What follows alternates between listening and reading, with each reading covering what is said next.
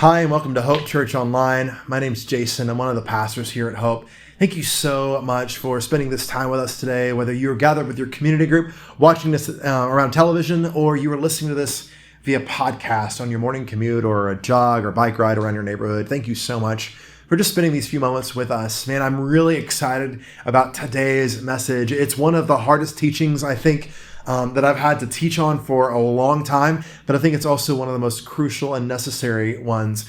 Now, to kind of catch you up with that little bit of a teaser, we are kind of on the back end of our vision series called On Earth as It Is in Heaven. And we've been talking about our vision statement, which just as a recap is we exist to bring hope to our community by practicing the way of Jesus until it is in Nashville as it is in heaven. And these 3 weeks that we're in, last week, this week, and next week, are kind of like the appendix of the vision statement. We've been talking about the process of spiritual formation, like when we practice the way of Jesus, kind of what's going on that really forms us and shapes us into the image of our rabbi. Like, what is it? And last week we talked about how the goal of these practices, the goal of being an apprentice or a follower of Jesus is to really produce fruit or see fruit produced in our lives. And we have to think of it like a trellis, where if you ever go to like a vineyard and you see like maybe these grapevines that are kind of just sprawled out among acres and acres of land, that the vine comes up out of the ground, but it has to have a trellis or like an interwoven connected pieces of wood that form a framework or a structure that help that vine be able to really produce the maximum amount of good and healthy fruit possible. And what we said was that in the spiritual life, as followers of Jesus, we kind of have this trellis that's already in us or kind of built into our everyday lives that helps us with our own spiritual formation. Last week, we talked about the role that God plays and the Holy Spirit plays in our lives and how He is the one that helps us with our passions and our power to rightly orient them, to want the right things, and then have the capacity and the power to do the right things.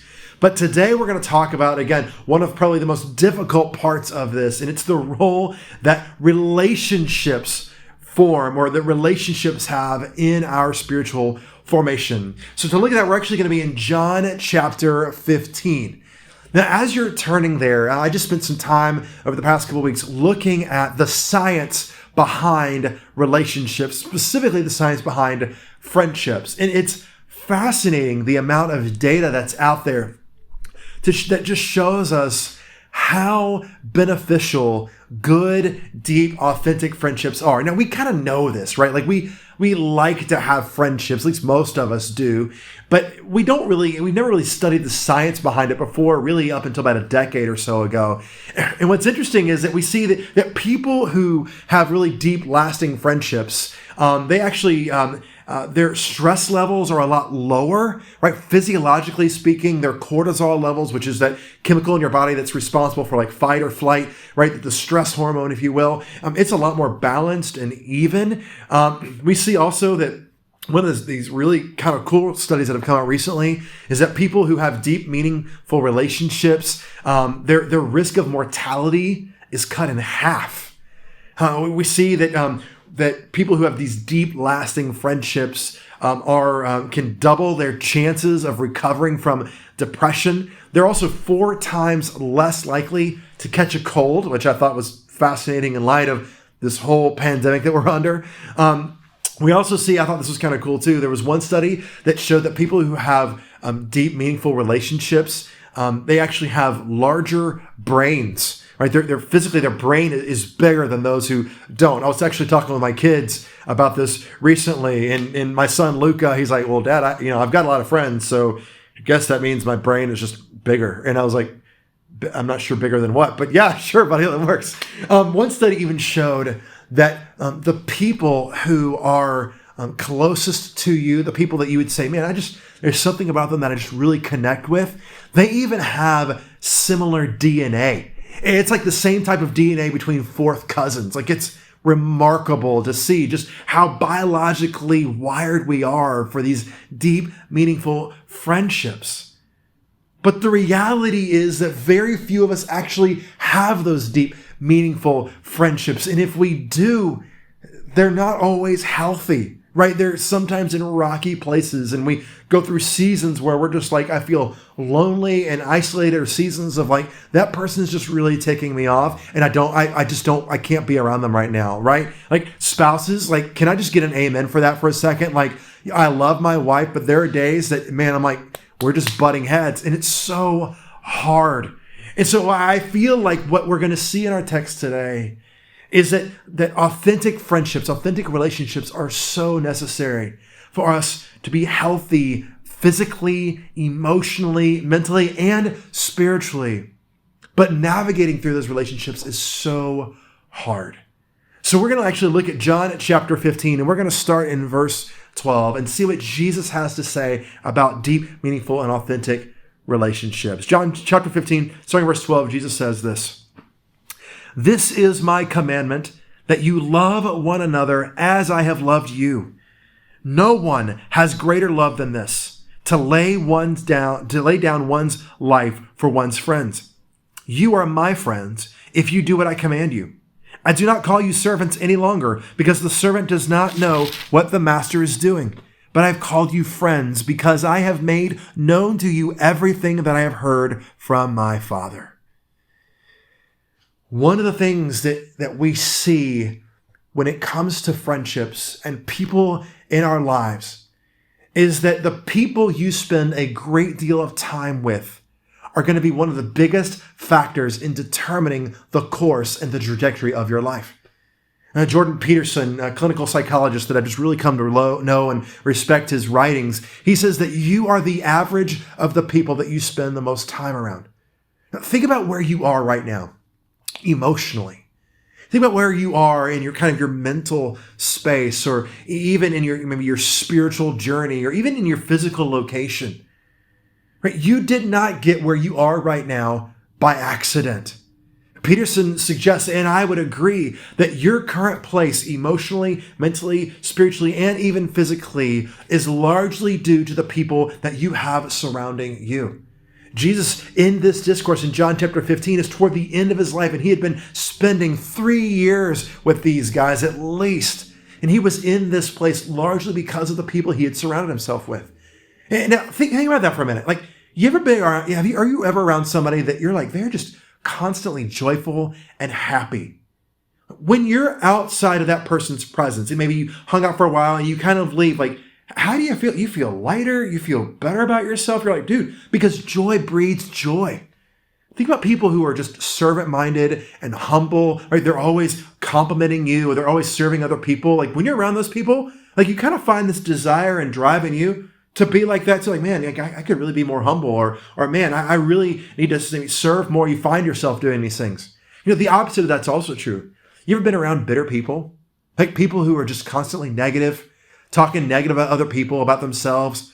What happens? You end up adopting those personality traits in yourself too, right? Like you end up becoming a negative person. Negativity breeds negativity. Toxicity breeds toxicity. Joy breeds joy, and humility breeds humility. When Kelly, my wife, and I were dating, I was in school and I had these two roommates. One was from South Africa and one was from LA. Like, not the cool LA, but like LA as in lower Alabama, right? He was 100% country boy, redneck. And I loved them both. Like, these guys were amazing guys, but their personalities and their accents and their colloquialisms were vastly different. And it was funny because Kelly could actually tell who I'd been spending time with that day by the way that we interacted when we were out on a date. Right? There are times that I would come back, and I remember one time we were hanging out, and I said something about like, hey, we need to go get the mates together and do something. And she was like, mates? Like, who says mates? Like, what in the world? It's because I've been hanging out with my South African friend, right? But then there are other times when I would have these kind of weird sayings come out, like something negative happened, and I go, man, that went over like a pregnant pole vaulter. Like, what does that even mean, right? But it's because I tend to take on the personality traits and the colloquialisms and the accents of whomever I am spending time with. And Scripture actually has a word for this type of personality influencing relationship. It's right there actually in John 15 where Jesus says this. He says, love one another as I have loved you. That phrase, one another, those two words, is actually only one word in the Greek, and it's the word allelon. And it occurs over 59 times in the New Testament. And it was actually one of those common ways that Jesus and the New Testament writers referred to the group of people that later came to be known as the church. Right? It was a word that was used to highlight the type of relationship that followers of Jesus or apprentices of Jesus were to have with one and between one another. Right? It was a sort of mutual agreement between people to demonstrate the commitment that they were to have with one another, a commitment that was for the good or the betterment of the other person at the risk of rejection of self. It's a willingness to enter into a relationship at the risk of being offended, at the risk of being hurt, at the risk of being rejected, made fun of, at the risk of being maybe even at times a punching bag for the other person emotionally or mentally or spiritually, because you want what's best for the other person. Now, if we're honest, that makes us really incredibly uncomfortable. And we have a great deal of absence in this area. It's this absence that Ronald Rolheiser, one of my favorite theologians, laments about when he says this. He says that there is in all of us, at the very center of our lives, a tension, an aching, a burning in the heart that is insatiable, non-quietable, and very deep. He's right. At the core of all, at the what he calls the very center of all of us, there's this tension and this aching. And while I think to an extent he's right, I also think that there's something that can help us soothe that burning in the heart as he describes it. Now, historically, it's been called the spiritual community, or in layman's terms, the church. Now, I'm not a big fan of that word church, not because of like any kind of postmodern context, but it's actually a German word. It's not a Greek word, right? I think the better way of understanding this idea of spiritual community, a church, is what Jesus gets at in John 15 when he talks about the word friendship, right? It's actually the Greek word philos.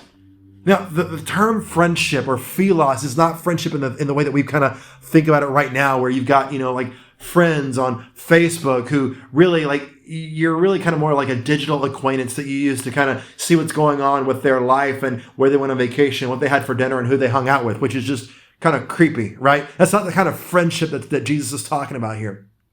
The type of friendship, that philos, that Jesus is talking about here, a better word to describe it is the word fellowship.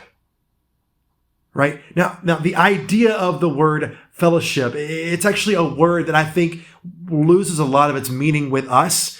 But it's more of like this idea of, if you've ever seen The Lord of the Rings, right? Or read the book by J.R.R. Tolkien, The Lord of the Rings. This idea of a guy named Frodo Baggins who has this one ring that's supposed to rule all of the world, and he's got to go destroy it in the fires of Mount Doom. But to get there, he has to kind of travel with a band of other people who are nothing like him to get him there, because it takes all of them working together to get to this place. I think that's the idea that Jesus is getting behind. When Jesus says, hey, I've called you friends and we need authentic friendship, I think what he's talking about is this connotation of a group of people who are on a like-minded quest for the betterment of the world and each other because of it. Sadly, I think in the church world, or in our world today, that the word fellowship has become synonymous with like potluck lunches and white guys on a stage telling bad jokes and almost zero engagement with the broken world. But I'm not going to be daunted by that, even though I am a white guy that many times tells very bad dad jokes. I instead want to say, let's redeem this. Let's recapture this idea of fellowship and think of it like in the Tolkien-esque sense of the word. So to do that, though, I think we've got to really kind of dive deep into what are the aspects or characteristic traits of an authentic fellowship. What does true alelan or philos really look like? And then there's a lot of ways, a lot of like branches or roads we could go down with this. I'm just going to pick three, and the three that I'm going to tackle because I think that they are the three that we struggle with the most, right? And the first is, out of the gate, vulnerability. The first I think aspect of true authentic philos is a willingness to be vulnerable. Now, when I talk about vulnerability, here's what I mean by it. A vulnerability is a willingness to be aware of and embrace the truth about who we are. It's a willingness to just be aware of who we really are, and then to actually embrace that that is the core part of who we are. If you know me, you know that I'm really kind of into the Enneagram. I think it's an incredible way of understanding the human psyche and personal growth and development. Now, if you're not familiar with the Enneagram, it is sort of a personality typing, but why it's different than like the Myers-Briggs or other personality tests is because it doesn't talk necessarily about your strengths as much as it kind of reveals your coping mechanisms or the weaknesses that you have in your life. Right? When I'm stressed out, when I'm anxious, when I'm struggling, what this test has done is kind of said, like, this is what you tend to do that reveals those pressure points in your life. Right? Vulnerability is the same way. What vulnerability does is it's an ability to know who you are without the paint, without the mask, without the coping mechanisms in your life. It's a willingness to, what James says in chapter 5, verse 16, to confess your sins to one another and then to pray for one another, that you may be healed. Historically, when you look at leaders of large companies, a lot of times what Business Insiders have traditionally, historically talked about is how a leader's IQ has directly linked to the success of that company. Right, their intelligence, how smart they are, has a great factor with regards to how far that company can go. And there may be an extent to which that is right, but what researchers are discovering now is that it's not so much about your IQ as it is your EQ. Right, where IQ measures your intellect, EQ measures your emotional self-awareness. And what researchers and scientists are discovering is that the more self-aware a person is about their faults, their vulnerability, their stress points, their weaknesses, the more aware they are about these things, actually the further along they can get in life and the more successful they will become as a human being and as a company. Right? Self-awareness is crucial. But let's just be honest. It is so hard to do. I think that we have this narrative or this image of ourselves that we think is a reality, when in fact, most of the time, it's only a part of the picture. Or really maybe not even real at all. Ronald Rolheiser, again, he wrote in a recent article about the coronavirus, he says that we know abstractly that we are vulnerable. We kind of have this loose idea that we're vulnerable. But generally, we kind of feel pretty secure. But what this virus has shown us as it spreads is that we are much more aware that we all live at the mercies of a million contingencies, most over which we have little to no control. Right? Our vulnerabilities begin to show themselves in areas of our lives in which we have little to no control. Right? I was talking to somebody recently who just simply asked me this question. They said, Jason, do you feel like the coronavirus has caused people to, or maybe is responsible for the decline of mental health? Like, is this the reason that people are becoming more addicted to things, are binge watching more things, are even having thoughts of and trying to attempt suicide? And I really just kind of thought about that because instinctively I want to say, yeah, it's Corona's fault, right? It's the pandemic's fault. But I don't know that's true, as much as I think that what happens is when we are in high stress situations, those high stress situations don't create the cracks as much as they expose the cracks that are already there. I think what we're seeing right now in our community, around our nation, around the world, is not necessarily a creation of these issues as much as it is exacerbating pre-existing conditions. Right? Stress does that. Right? Pressure does that. If you have cracks in your emotional, if you have cracks in your mental, if you have cracks in your spiritual or physical foundation, the added pressure of isolation, of loneliness, of a feeling of failure every day of your life is going to expose those and cause you to crumble. Now, I'm just going to be very transparent here. This is where I have been living for the past 6 months. Y'all, I have really experienced a great deal of darkness in my own life. And a large part I didn't even realize was happening until I just finally, a couple weeks ago, I spent every day just crying. Just every day I was weeping at some point in my day. And I couldn't figure it out. It was so hard. It was so difficult. And it was just so dark. It was like this weight that wouldn't go away. And I think a large part of it is not that the coronavirus or the pandemic or quarantine or work, not that those were causing these things to happen, as much as it was preventing me from running away from my coping mechanisms. See, on the Enneagram scale, I just mentioned I'm a 7. And 7s are typically the life of the party, but we're also incredibly good escape artists when it comes to emotional things or sadness or difficulty or any type of weakness or uncomfortability. We don't like to be in those places. So we tend to run from them. Well, in this season, I can't run. I'm stuck sitting in the sadness. And over time, it just builds and builds and builds until eventually I just begin to crumble. And several times I'm like, you know what? I should just be doing something else. I'm done. Now, I'm not saying that to scare you. I'm saying that to say, like, I understand how vulnerability, like this pressure just mounts and it creates difficult situations in your own life. And you begin to question your life choices. You begin to question, are you successful at anything? I don't feel like I can win as a parent. I don't feel like I can win as a spouse. I don't feel like I can win as an employer or an employee. I feel like I'm just failing my friends. I'm just kind of failing at life. Vulnerability is uncomfortable and it takes time. It exposes our weaknesses, which we all have, but we don't fully embrace. It takes honesty, mostly honesty to ourselves, about ourselves. And it takes a willingness to admit that we're not in control. It's admitting, as N.T. Wright says, that everybody is hiding a secret sorrow somewhere. But here's the thing, that when we finally are willing to be vulnerable with ourselves, and especially with other people, we discover that vulnerability is the language of true, real, and authentic friendship. And it has a way, when we're vulnerable, when we confess these things, as James says, when we confess them to other people, it has an ability to bring healing into our lives that honestly we cannot accomplish in any other way. Partly because it forces us to admit, in the language of the 12 steps process, that we are weak and powerless. And partly because it puts us in the care of another person. You see, when we're vulnerable with other people, we basically put the emotional, mental, social, and sometimes physical keys of our souls into the hands of another person. Now, vulnerability is different from what I call seagulling.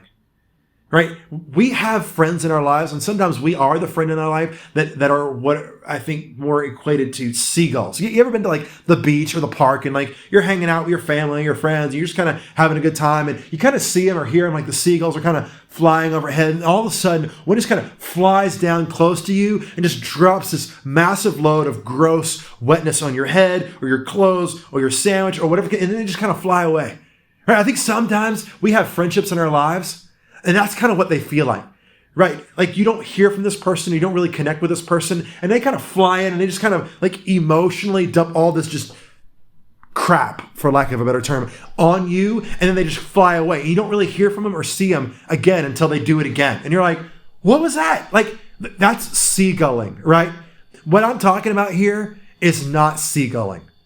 Now, that said, we all have stages and parts of our lives, maybe phases or seasons of our lives where we are more vulnerable than other times, where we feel like, man, I've just got to get this off my chest. And I'm not discouraging that. I'm highly encouraging that. But I would just say this: if you find that you are in a friendship where the other person is constantly doing this to you, or you find that, hey, there's a friendship in my life where I feel like every time I'm around them, I'm just kind of like vomiting my soul, but I don't really know much about them. Chances are that's not authentic friendship and vulnerability. That's probably more like a therapy session. Now, I'm not against that. That wasn't a joke. Like, I'm not against therapy. But I think that we have to be honest about the type of relationships that we have. Therapy is good. I encourage it. I would highly advocate for it. But authentic friendship has some sort of reciprocity with regards to vulnerability. I'm vulnerable with you, but you're also vulnerable with me, which brings us to our second sort of aspect of authentic philos or one anotherness and fellowship, and it's accountability. Now, if vulnerability is a willingness to embrace and understand the truth about ourselves, accountability is a willingness to speak the truth about the other person to the other person for the sake of themselves and others, right? It's for the good of themselves and others. Turn with me to Galatians chapter 1. Galatians chapter 1.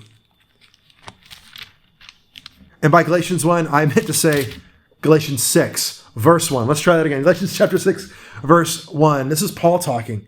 And he says this, "My friends, if anybody is detected in a transgression, you who have received the Spirit should restore such a one in a spirit of gentleness. Take care that you yourselves are not tempted. Bear one another's burdens, and in this way you will fulfill the law of Christ." Right? There's two parts to this verse I think that are crucial to understanding this idea of accountability. First, notice that Paul is talking about somebody who is detected in a transgression. The ESV says somebody who is caught in a transgression. Right? This idea is not that you're like sneaking around, waiting behind a bush to catch them and you caught them. No, what this idea is the idea of a picture of like a deer walking through the forest, and all of a sudden, out of the blue, they step in like a bear trap, and this trap comes up around their legs and they can't move, and they're in extreme pain, and they're panicking, they're freaking out, there's fear, there's irritation, there's like they're all of the emotions, like that's what's going on.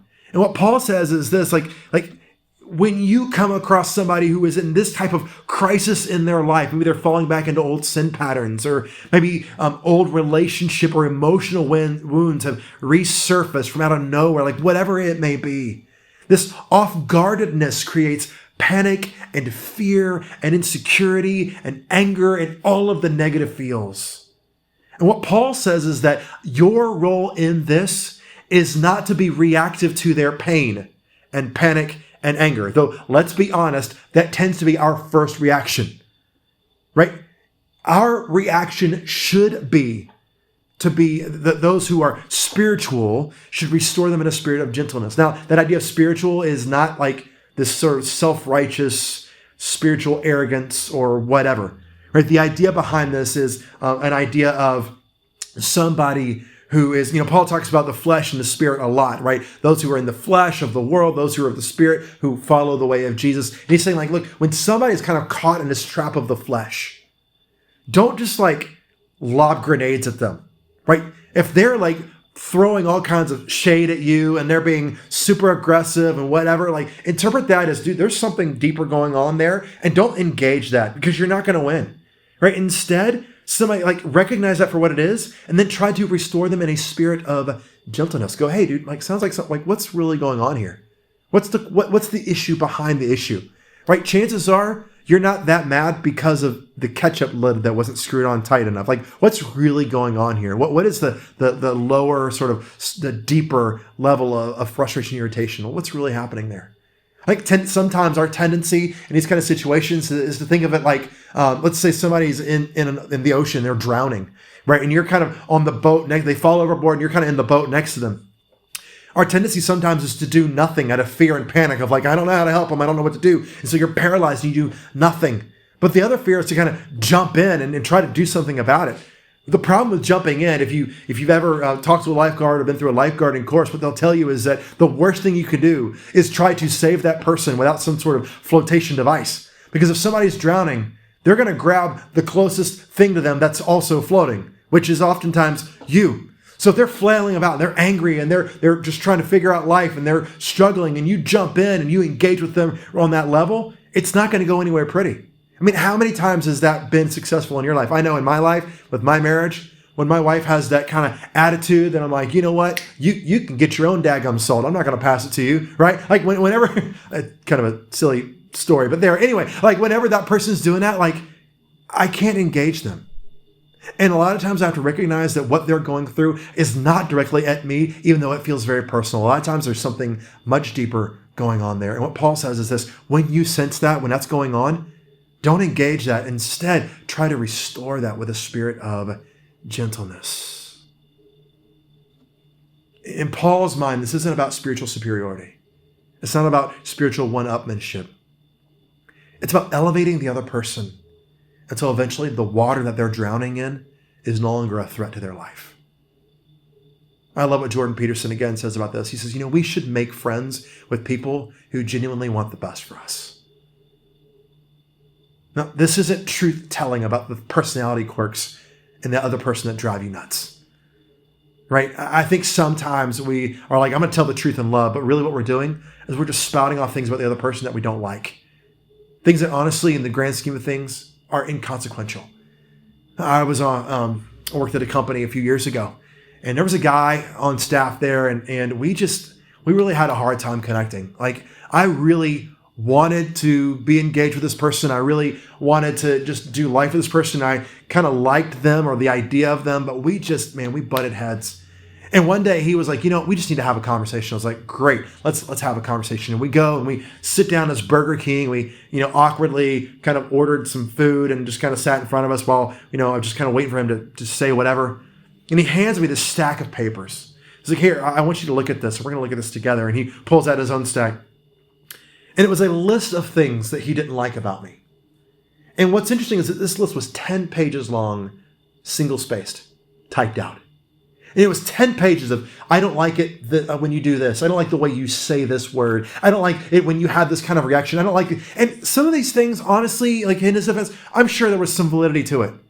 But man, what he was wanting to get in that situation was not my restoration. He was wanting to see behavior modification so that his life would be made easier.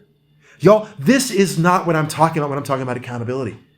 What I'm talking about is this idea of not behavior modification, but seeing the other person succeed and be elevated with regards to their well-being and their good. Right? There is a mutuality involved, which is the second part of that. We are to bear one another's burdens. And in doing that, Paul says we fulfill the law of Christ, which is to love God and love others. I not only have the responsibility of bearing your burdens, I have the responsibility of allowing you to bear mine, which means I have to be vulnerable with you and have a willingness and a posture of a willingness to be held accountable by you. Which leads to the third thing that we have here, which is restoration or reconciliation. Y'all, full transparency, I think this is the one that we have the hardest time with. Right? I think some of us are willing to be vulnerable with other people. A lot of us are willing to be accountable and hold other people accountable. But when it comes to this idea of restoration, right, restoring the friendship when somebody has hurt us emotionally or mentally or spiritually, like we tend to not want to do that, right? We tend to want to just kind of check out and check the relationship off and go, you know what? If that's the way you feel, that's fine. You can do that and you can just do life and we don't have to be together. Like we can just, you do you and I'll do me. And, it was great while it lasted, but I'm done. Like I'm done. And if I'll be cordial to you, I'll be nice to you. But you know what? I just really want to engage you right now. Right? So many of us are walking around with deeper wounds that we are so triggered, we don't even realize it. And it only comes to the surface when somebody hurts us or offends us or hurts our feelings. And then we refuse to engage with that person any longer. You see this happening right now politically and socially. Right now, one of these, the phrase that's kind of floated out across all of social media is this idea of cancel culture. And the idea is that you don't agree with me, you don't affirm me, you've hurt my feelings, you've hurt my heart, and so therefore I'm going to cancel you. Meaning I'm not going to engage with you, I'm going to disengage with you, and I'm going to encourage other people to do it. Or maybe I'm not even going to encourage other people to do it, but I'm just going to basically disassociate with you altogether. Now, I'll be honest with you, I have a tendency to do this too. Because I want to experience joy in life, frustration in life. I'm already experiencing a great deal of anxiety and I'm exhausted and I'm feeling like such pressure in these areas that if somebody comes to me and they hurt my feelings, it's a lot easier for me to no longer engage that person than to try and go and reconcile or restore it back to that friendship. It's so hard.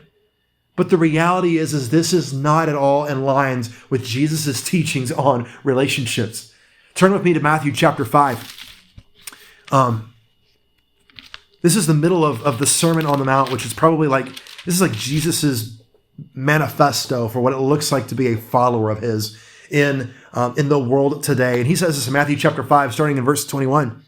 He says, "You've heard it said that it was said to those of ancient times, 'You shall not murder, and whoever murders shall be liable to judgment.' But I say to you," now pause right there. And Jesus is saying, look, you've heard that when somebody does something to hurt you, don't murder them, but you don't have to necessarily engage them, right? You can love them, but not like them, right? You can do that. But look at what he says here. He says, but I say to you, and this is crucial, that if you are angry with a brother or sister, you will be liable to judgment. And if you insult a brother or sister, you will be liable to the council. And if you say, you fool, you'll be liable to the hell of fire. Now, here's the crucial part. Look at this next part, verse 23. So when you are offering your gift at the altar, if you remember that your brother or sister has something against you, leave your gift there before the altar and go. First be reconciled to your brother or sister, then come and offer your gift. Here's what Jesus is getting at. And this is so countercultural. He's saying, look, if you're in the middle of having this amazing moment with God, you're singing the songs and you're having this great kind of quiet time, and you're like, you know what? I think I may have offended that person. I think my words maybe were spoken in anger or out of my own preference, and I've kind of maybe hurt them.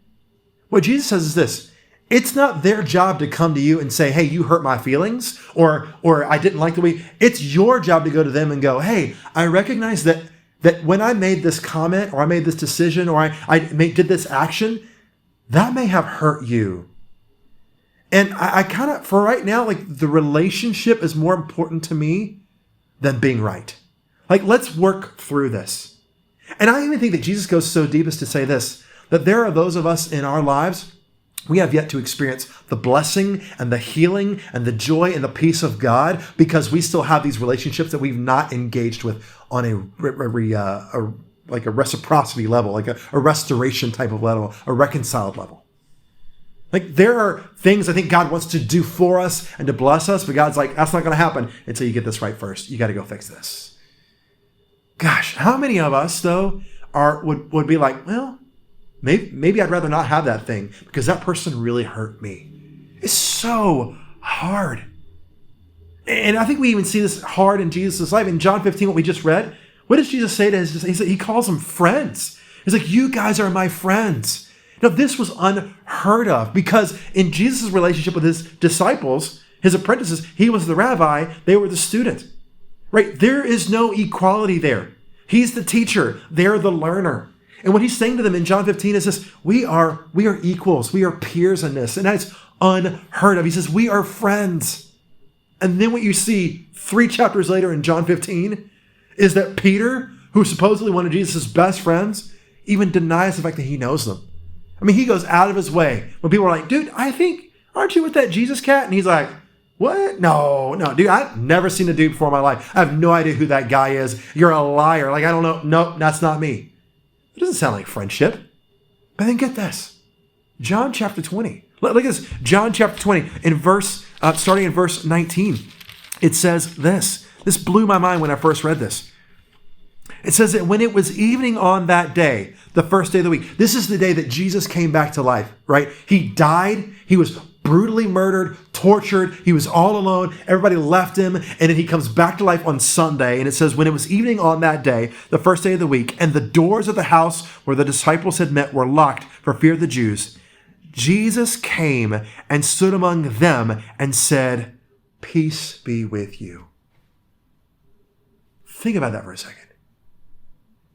The guys that abandoned Jesus, that didn't just were absent, they were vocal about not even knowing him and watched him get beaten and tortured and murdered and put into the ground. Those guys, Jesus comes back to them, and his words to them weren't, told ya, right? His words weren't like, well, guys, even though you love me, there was no guilt trip, there was nothing of that. He came to them and he said, peace be with you. Now, of all the people in the world to get a new set of friends, I would think it would be Jesus in this situation.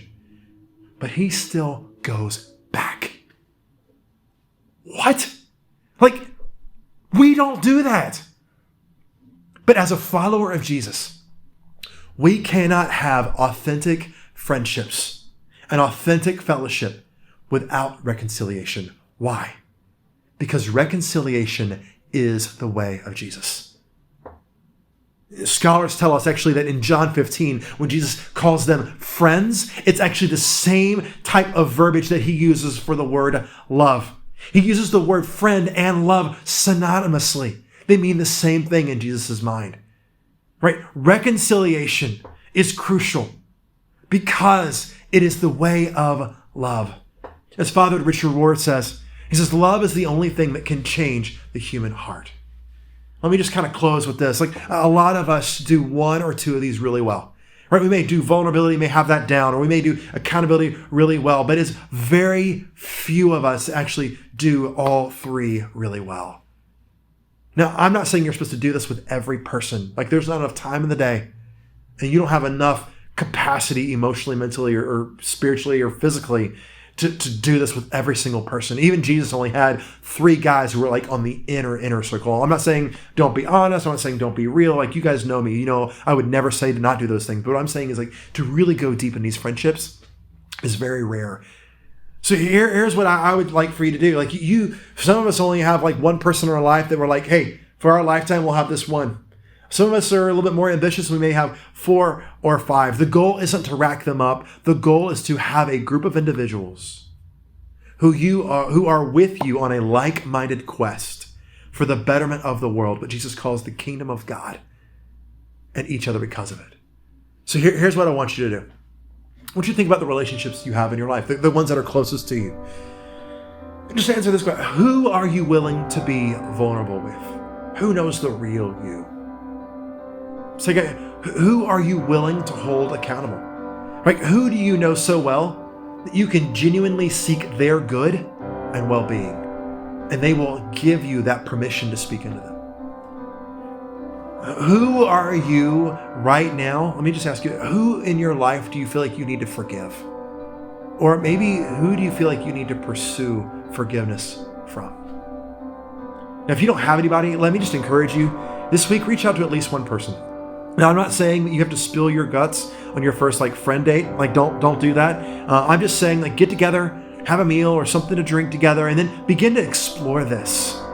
And let me encourage you, one of the best places to start is with vulnerability, right? Just saying, hey, I'm really struggling with this. I'm really having a hard time in this area. This has been a really dark season for me, and I've just really just struggled in this area. Struggling with doubt, depression, struggling with forgiveness, and just be vulnerable, be willing to be vulnerable with the other person, not expecting anything in return, but just a vulnerability there. If you can't start there or don't want to start there, then start with reconciliation to say, hey, you know what? This happened, the situation happened, and I feel like I just need to ask you to forgive me for that thing. Or I said this, or I did this, and it may have come across wrong. I'm sorry for that. Or, hey, I feel like I need to tell you that this really hurt me, but I'm willing to forgive you for this thing in my life because it really bothered me. But I value the relationship more than I value that. That thing.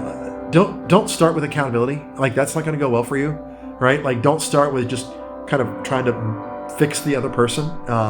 Maybe that if you've got the other two down, then you can go there. But start with vulnerability and start with sort of that reconciliation idea first, and then see what happens. Because I promise you, like, if you dive into these type of relationships, if you really go deep into them with other people, what you're going to begin to see is change in your life, and you're going to become more healthy emotionally, spiritually, mentally, and even physically over time as your quality of life improves because the relationships around you improve. It's like the old saying that says that when the water rises in the harbor, all the boats rise together. And that's exactly what you're doing. You're raising the water level of the relationships in your life. And because you are the average of the person that you spend time with the most, then your quality of life increases as well. May the Lord bless you and keep you, friends.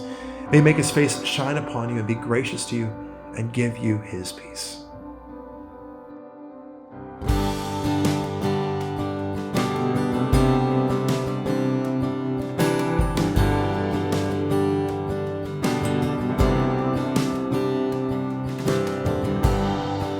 Worthy of every song we could ever sing, worthy of all the praise we could ever bring, worthy of every breath we could ever breathe. We live for you, oh, we live for you. Jesus, the name above every other name. Jesus, Jesus, the only one who could ever save. Worthy of every breath we could ever breathe. We live for you. Oh, we live for you. We sing holy. There is no one like you. There is none beside you. Open up my eyes and wonder and show me who you are and fill me with your heart and lead me in your love and those around me. Jesus, the name above every other name. Jesus, the only one who could ever save. Worthy of every breath we could ever breathe. We live for you. Oh, we live for you. We sing holy. There is no one like you. There is none beside you. Open up my eyes and wonder and show me who you are and fill me with your heart and lead me in your love and those around me.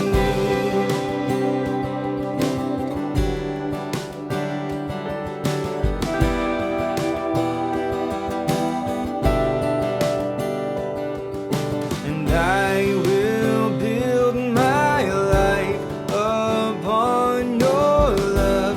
It is a firm foundation, and I will put my trust in you alone, and I will not be shaken, and I will build my life upon your love. It is a firm foundation, and I will put my trust in you alone, and I will not be shaken. Holy, there is no one like you. There is none beside you. Open up my eyes and wonder and show me who you are and fill me with your heart and lead me in your love to those around me. I will build my life upon your love. It is a firm foundation, and I will put my trust in you alone, and I will not be shaken.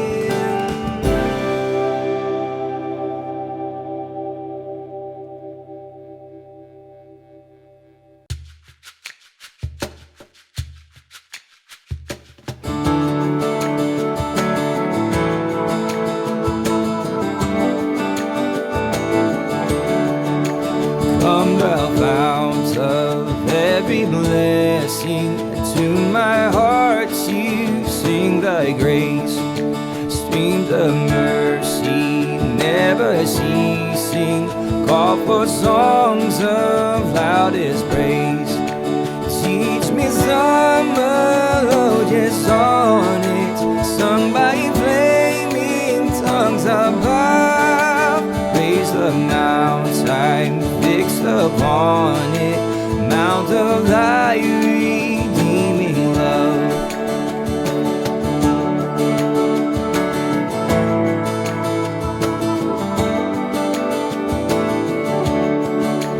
Here I raise my Ebenezer, hither by thy help I come, and I hope by thy good pleasure safely to arrive at home. Jesus sought me when a stranger, wandering from the fold of God, he to rescue me from danger, enter boast his precious blood.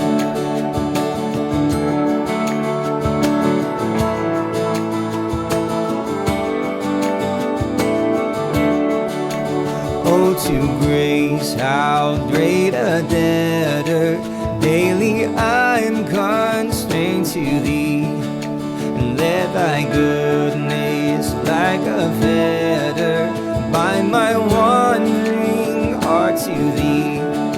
I'm prone to